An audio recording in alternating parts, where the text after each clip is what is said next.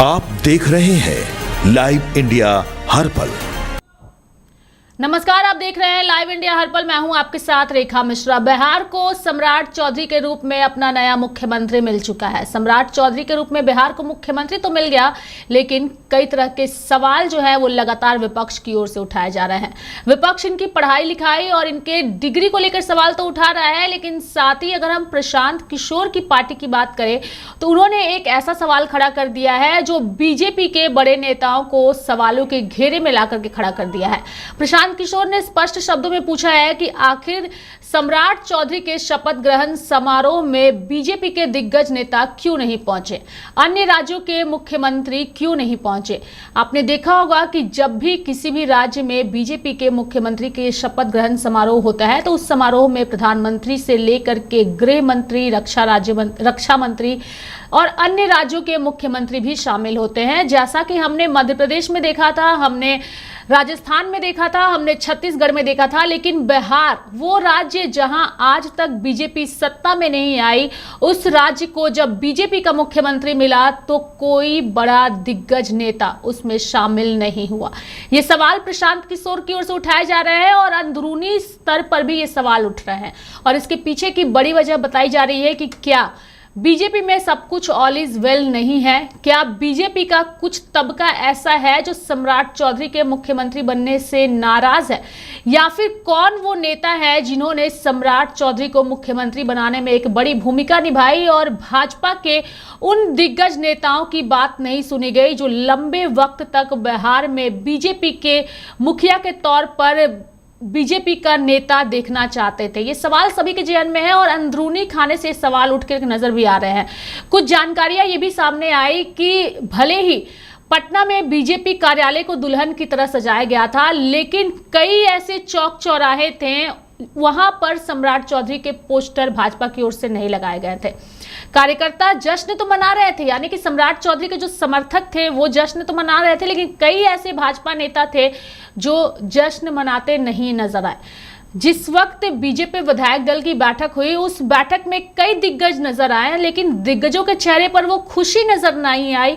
ये बातें अंदरूनी खाने से उठाई जा रही है। और अगर हम प्रशांत किशोर की बात करें तो जनसुराज के प्रशांत किशोर ने एक बड़ा दावा भी कर दिया है और कहा है कि लगातार भाजपा बिहार में अपराध की बात करती थी, दल बदलू नेताओं की बात करती थी, परिवारवाद की बात करती थी, तो आखिर क्या हो गया कि भाजपा ने भी परिवारवाद की नीति के तहत शकुनी चौधरी के बेटे को बिहार के मुख्यमंत्री के तौर पर प्रोजेक्ट किया। ये कई तरह के सवाल उन्होंने उठाए हैं और साथ ही ये भी कहा कि जिस तेज प्रताप और तेजस्वी की डिग्री पर बीजेपी अक्सर ही सवाल उठाती रही है, वो बीजेपी आज सम्राट चौधरी की डिग्री को क्या भूल गई है। किस आधार पर एक ऐसे नेता को भाजपा ने मुख्यमंत्री बनाया जिस पर आपराधिक मामले भी दर्ज हैं। ये बातें प्रशांत किशोर ने कही है और अंदर खाने से भी इस तरह की बातें निकल करके सामने आ रही है।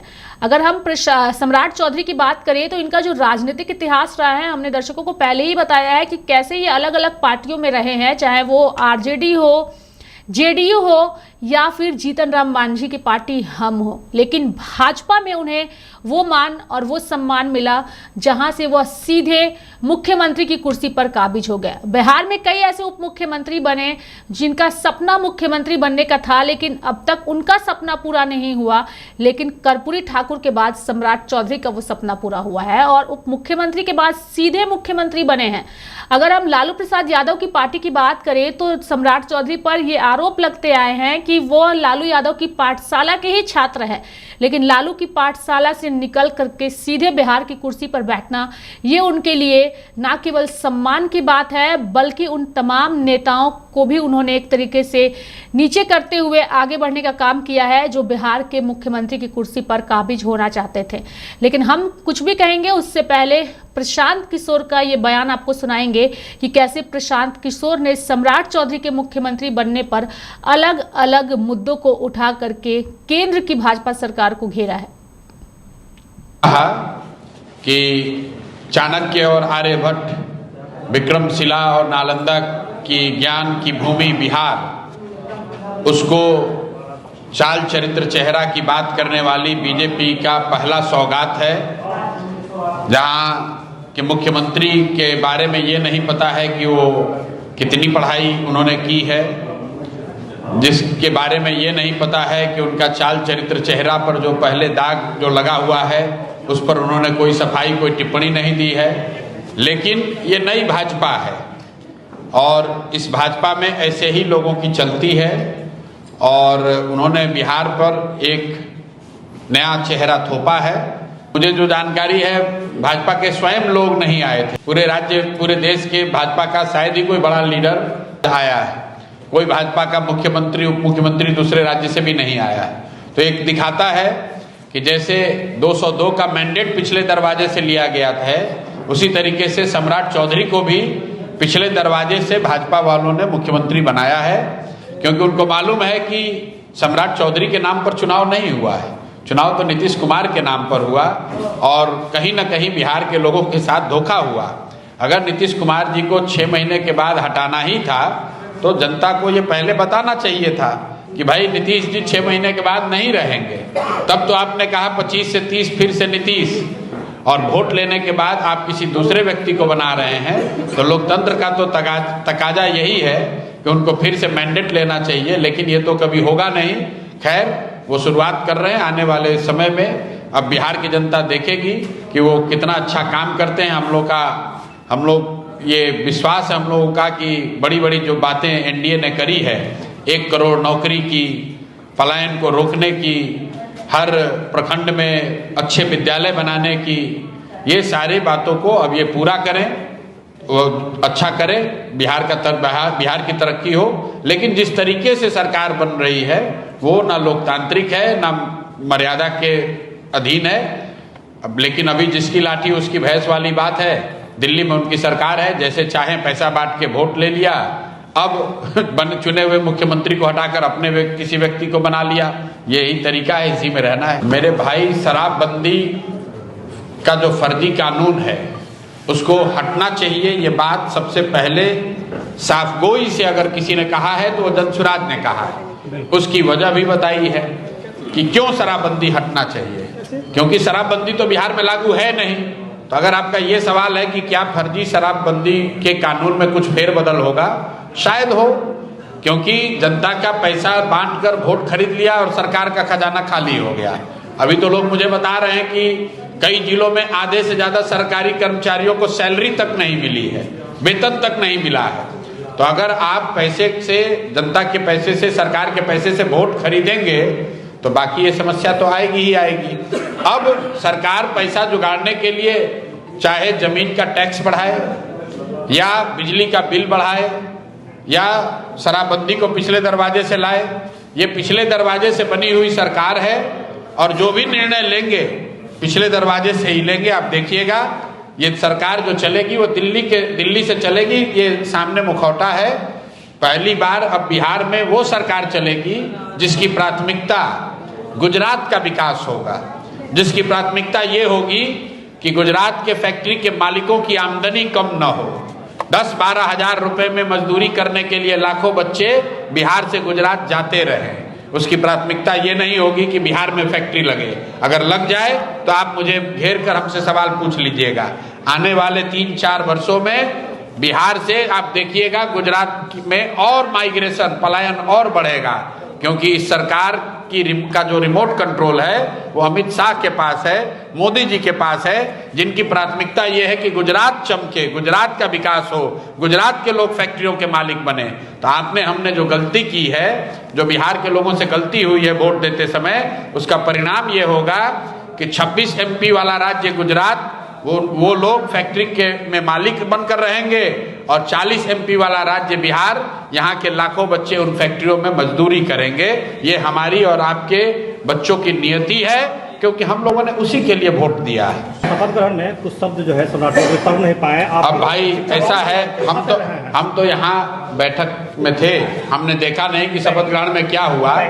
लेकिन सम्राट चौधरी जी अब मुख्यमंत्री बन गए हैं, तो कम से कम अब उनको ये बता देना चाहिए कि वो 10वां पास किए हैं कि नहीं किए हैं, और किए हैं तो किस साल किए हैं। कम से कम अब तो बता दो भाई।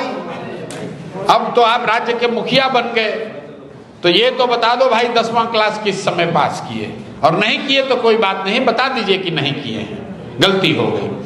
बात पढ़ाई की नहीं है, बात चरित्र की है। बहुत बड़े बड़े नेता हुए हैं, कामराज हैं, वो उनकी कोई स्कूली शिक्षा नहीं थी, लेकिन इस बात गलती फर्जी सर्टिफिकेट लगाना, ये दावा करना जो आप नहीं हैं, वो गलत है। अगर आप कोई सिपाही का एग्जाम देंगे, उसमें अपने शिक्षा का कोई गलत प्रमाण पत्र लगा दें या दावा कर दें, आपको नौकरी से बर्खास्त कर दिया जाएगा। लेकिन इस राज्य का मुखिया वो कह रहा है हमने डिलीट किया है अमेरिका के किसी यूनिवर्सिटी से, लेकिन वो ये नहीं बताना चाहता है कि वो 10वीं पास कब किया। तो सब यहाँ बिहार के प्रकांड पढ़े लिखे विद्वान लोग हैं, वो तय कर लें, और बात उसकी नहीं है। खैर, अब 7वीं पढ़े हो न पढ़े हो, उन्होंने अपने एफिडेविट में जो लिखा वही बात प्रेस में चल रही है। अब उनको क्लियर करना चाहिए। नहीं भी करें तो अल्टीमेटली सरस्वती की कृपा आप पर अगर नहीं है तो कुछ भी दावा कर लीजिए, काम कीजिएगा तो दिखेगा ही। तो आप खुद ही बता रहे हैं कि शपथ ले रहे थे तो नहीं पढ़ पाए। अब हम जानते नहीं है पढ़ पाए या नहीं, लेकिन मुख्यमंत्री के तौर पर जब कार्य को संपादित करेंगे तो लोगों को समझ में आएगा कि कितनी विद्वता, कितनी समझदारी उनकी है, वो दिखेगा। अब तो उनको जिम्मेवारी मिली गई है राज्य की।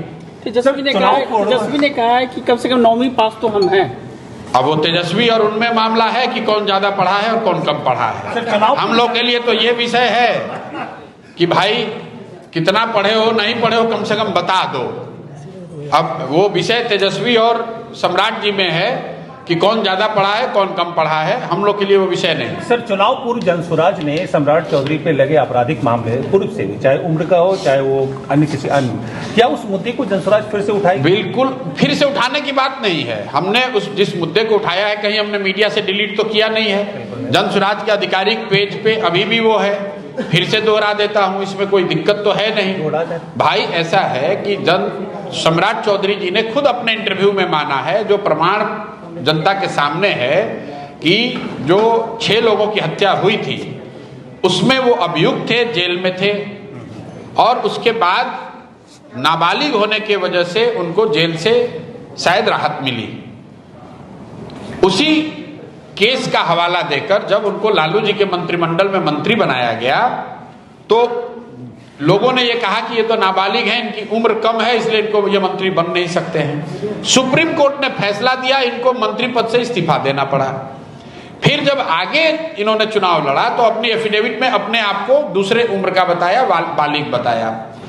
अगर आज जिस एफिडेविट पे विधायक वो हैं उसके हिसाब से अगर आप जोड़ेंगे और आज के एफिडेविट में जो उन्होंने अपना उम्र बताया है, क्योंकि सम्राट जी खुद ही कहते हैं कि हमारा एफिडेविट देख लीजिए, तो उनके एफिडेविट में जो उम्र लिखा हुआ है उसके मुताबिक जब ये हत्या हुई, जब वो हत्या के अभियुक्त बने, तब वो 26 साल के थे।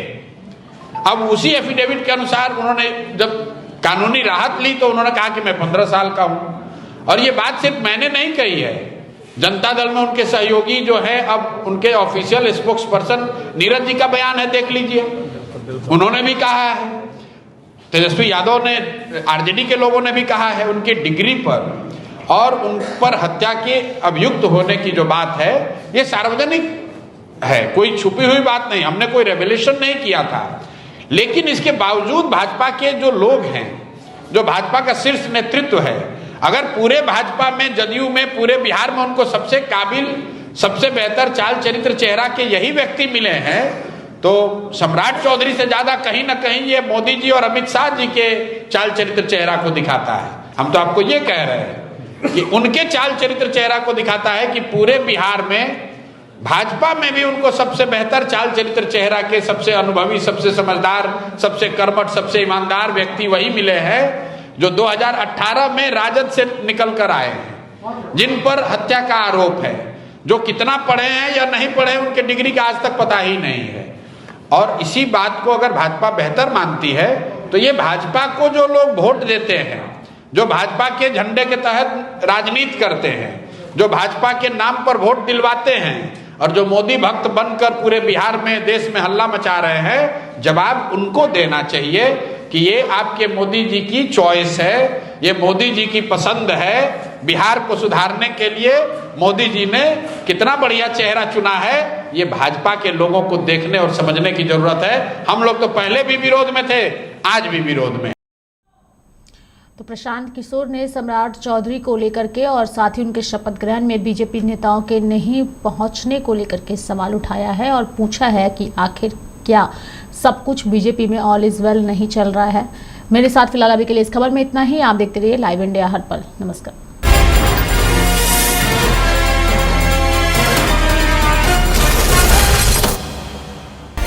आप देख रहे हैं लाइव इंडिया हर पल।